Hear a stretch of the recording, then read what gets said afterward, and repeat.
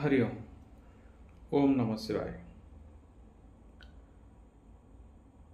गुरु समझा देते हैं तुम्हारे सूक्ष्म शरीर कैसे बना हुआ है, किसी उपादान से तुम्हारे सूक्ष्म शरीर बना हुआ है।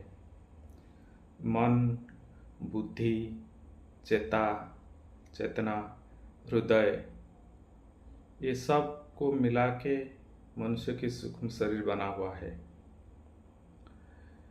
जीवात्मा इन सब को अपने शाखा प्रशाखा जैसी शरीर में है। जीवात्मा ये सबके साथ रहता है। मन, बुद्धि, चेता और हृदय।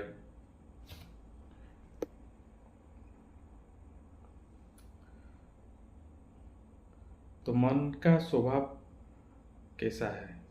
मन का स्वभाव क्या है? बुद्धि का स्वभाव क्या है? और हृदय कैसा रहता है इसमें?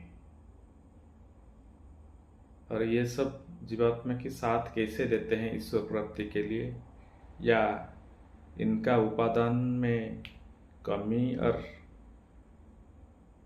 ज़्यादा होने से क्या क्षति होता है, ये गुरु समझाते हैं। क्योंकि गुरु सूक्ष्म शरीर को देखे हैं अच्छी तरह से, उन्होंने ही सूक्ष्म शरीर को देखे हैं।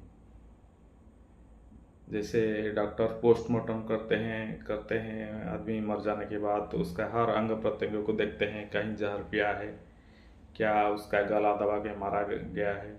ऐसे ही डिसेक्शन सूक्ष्म शरीर का गुरु ही कर पाते हैं। गुरु ही समझा देते हैं, देखो यही तुम्हारी मन है, ये ऐसी हो जाती है। अगर वो समर्पित होगा तो ऐसी होगा, अगर वो अहंकारी हो जाएगा तो ऐसी हो जाएगा, अकेले पड़ जाओगे। अगर वो समर्पित हो जाएगा तो कोई ना कोई है तुम्हारे लिए, तुमको रक्षा करने के लिए।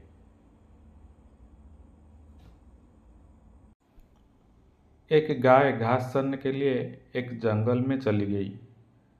शाम ढलने के करीब थी। उसने देखा कि एक बाघ उसकी तरफ आ रहा है, उसको खाने के लिए आ रहा है। वो डर के मारे इधर उधर भागने लगी। वो बाघ भी उसका पीछे पड़ गया। दौड़ते दौड़ते गाय के सामने एक तालाब दिखाई दिया। घबराई हुई गाय उस तालाब के अंदर घुस गई। वो बाघ भी उसके पीछे करते करते वो तालाब के अंदर बाघ भी घुस गई। तब क्या हुआ, वो तालाब कीचड़ में भरा हुआ था, उसमें पानी कम था, कीचड़ में भरा हुआ था वो। तब उन्होंने क्या हुआ देखा, उसमें पानी कम था और कीचड़ में भरा हुआ था, तो दोनों ही उसमें घुस गए। उन दोनों के बीच की दूरी काफ़ी कम हो गई, लेकिन अब वो कुछ नहीं कर पा रहे थे। ये गाय उस कीचड़ के अंदर धीरे धीरे धंसने लगी और बाघ भी ऐसे ही कीचड़ के अंदर धीरे धीरे धंसने लगी। दोनों की करीब करीब गले तक कीचड़ के अंदर आ गए, फंस गए। दोनों ही हिल नहीं पा रहे थे। गाय के करीब होने के बावजूद वो बाघ भी कुछ नहीं कर पा रहा था। थोड़ी देर बाद गाय ने उस बाघ से पूछा, क्या तुम्हारा कोई गुरु या मालिक है? बाघ ने घुर्राते हुए कहा, मैं तो इस जंगल का राजा हूँ, मेरा कोई मालिक नहीं है, मैं तो खुद ही जंगल का मालिक हूँ। गाय ने कहा, लेकिन तुम्हारे उस शक्ति का यहाँ पर क्या उपयोग है? उस बाघ ने कहा, तुम भी तो फंस गए हो और मरने के करीब हो, तुम्हारी भी तो हालत मेरी जैसी है। गाय ने मुस्कुराते हुए कहा, बिल्कुल नहीं, मेरा मालिक जब शाम को घर आएगा और मुझे वहाँ पर नहीं पाएगा, वो ढूंढते ढूंढते यहाँ ज़रूर आ जाएगा और मुझे इस कीचड़ से निकाल कर अपने घर ले जाएगा। तुम्हें कौन लेने के लिए आएगा? थोड़ी देर में सच में ही एक आदमी वहाँ पर आया और गाय को कीचड़ से निकालकर अपने घर ले गया। जाते समय गाय और उसका मालिक दोनों ही दूसरे को तरफ कृतज्ञतापूर्वक देख रहे थे। वो चाहते हुए भी उस बाघ को कीचड़ से नहीं निकाल सकते। क्यों? उनकी जान के लिए खतरा था। तो ये कहानी में क्या है, गाय समर्पित हृदय का प्रतीक है। गाय ने निर्भर किया था अपने मालिक के ऊपर।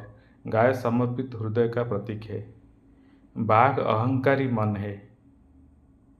मालिक सद्गुरु का प्रतीक है। आप देखते हैं ना कितने सुंदर से ये कहानी को बनाया गया है।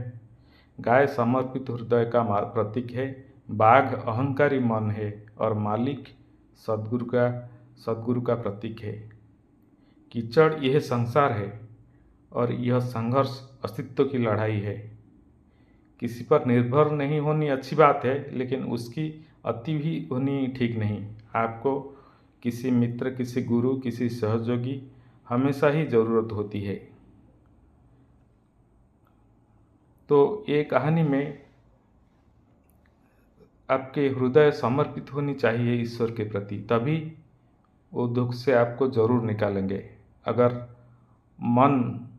अहंकारी मन आपके पास है तो आप समर्पित नहीं हो पाएंगे, फिर ये संसार के दुख में आपकी पतन हो जाएगी। हरि ओम। ओम नमः शिवाय।